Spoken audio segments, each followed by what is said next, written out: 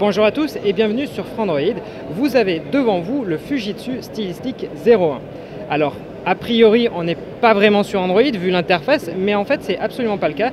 On est sur Android 4.0 Ice Cream Sandwich et ce téléphone est en fait réservé plutôt à une catégorie de seniors. Alors, Fujitsu, c'est pas forcément une marque très connue en Europe et notamment en France, mais ce terminal arrivera bien chez nous au mois de mai-juin chez Orange. Et comme vous pouvez voir, il y a le petit logo derrière. Alors, je vais d'abord vous présenter un peu tout ce qui est caractéristique matérielle. Donc on a un écran de 4 pouces WVGA, c'est-à-dire du 800 par 480 pixels. La particularité de cet écran, c'est qu'en fait, il faut appuyer très fort sur l'écran pour que l'action soit validée. Ça fait un peu penser à un certain BlackBerry, je ne connais pas le nom de tête, où en fait il fallait appuyer et on avait un retour haptique dessus. Donc là, il faut vraiment que j'appuie fort. Sinon, si j'appuie comme sur un écran tactile, ça ne marche pas. En fait, il faut vraiment appuyer pendant un moment. Mis à part ça, le téléphone, il a un processeur simple cœur de Qualcomm qui est cadencé à 1,4 GHz. Sur l'avant, il y a une caméra frontale de 0,3 mégapixels et sur l'arrière de 8 mégapixels.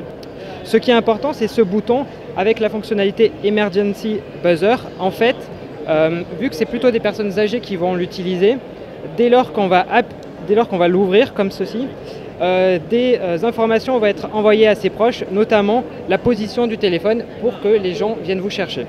Donc ça, c'est vraiment une très bonne idée de la part de Fujitsu pour les personnes âgées. Au niveau du dos, on est sur un toucher soft touch. Et donc c'est très agréable, ça ne glisse pas des mains. Par contre, ça a un peu tendance à prendre la trace de doigt. Ici, vous remarquez deux emplacements pour des pins, pour un dock qui est en fait juste ici. Ensuite, si on regarde un peu les bords, il y a un déclencheur pour l'appareil photo, ce qui est plutôt pratique pour ces personnes âgées qui ne sont pas forcément très aptes parfois à comprendre comment ça marche. Sur le dessus, ici, on a un micro USB qui permet de recharger le téléphone, qui est au passage sous une trappe. Et en fait, justement, si ce téléphone a sa connectique protégée sous des trappes, c'est parce qu'il est IP58, c'est-à-dire qu'il est résistant à l'eau et à la poussière. À côté, il y a un jack de 3,5 mm, le bouton on-off et les touches du volume. Et enfin, un petit emplacement pour les lanières. Donc si on regarde cette interface, la particularité, c'est justement qu'on n'a pas l'impression d'être sous Android. Tout est absolument redéfini et on est sur une interface qui défile de manière verticale.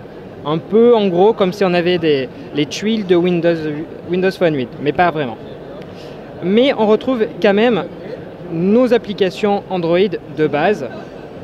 Alors, qui dit Android dit bien évidemment nos touches tactiles auxquelles nous sommes habitués. Donc il y a le bouton Home qui lui est en bouton physique, mais par contre la touche retour et la touche menu, elles sont sur l'écran. Donc c'est un peu difficile à comprendre lorsqu'on est habitué à Android. Autre élément qui caractérise Android, c'est la barre de notification. Donc pour la déployer, c'est assez étrange. Il faut appuyer en haut. Alors normalement, il faut appuyer un peu en haut et ça se déploie. Mais ça ne marche pas à tous les coups, là, en l'occurrence ça l'a fait, mais voilà. Normalement c'est pas aussi simple.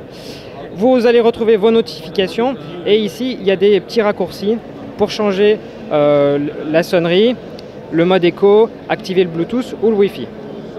Si on revient sur l'accueil, on voit que vraiment toute l'interface a été optimisée et on a presque l'impression d'être sur un feature phone avec vraiment le minimum du minimum, mais optimisé pour cet écran.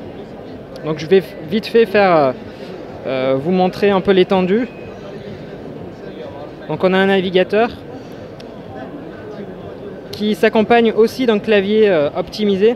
On voit qu'on est sur un écran de 4 pouces, mais le clavier est vraiment très haut et le plus large possible, bien évidemment. Et pour écrire, il faut justement appuyer très très fort, comme si on avait un clavier en face de soi. C'est pour ne pas perturber le public visé par ce téléphone. Voilà en gros ce qu'il y avait à dire. Il y a plein d'autres caractéristiques du type, il y a 4 Go de mémoire interne, un lecteur de carte micro SD, mais au final, ce n'est pas forcément le public visé qui va stocker des milliers de vidéos ou de musique à l'intérieur. Donc au final, on a un très bon produit qui, je pense, a un vrai public qui existe. Et donc, c'est un excellent compromis entre le monde des smartphones et un public senior qui ne se connaît pas forcément dans la technologie.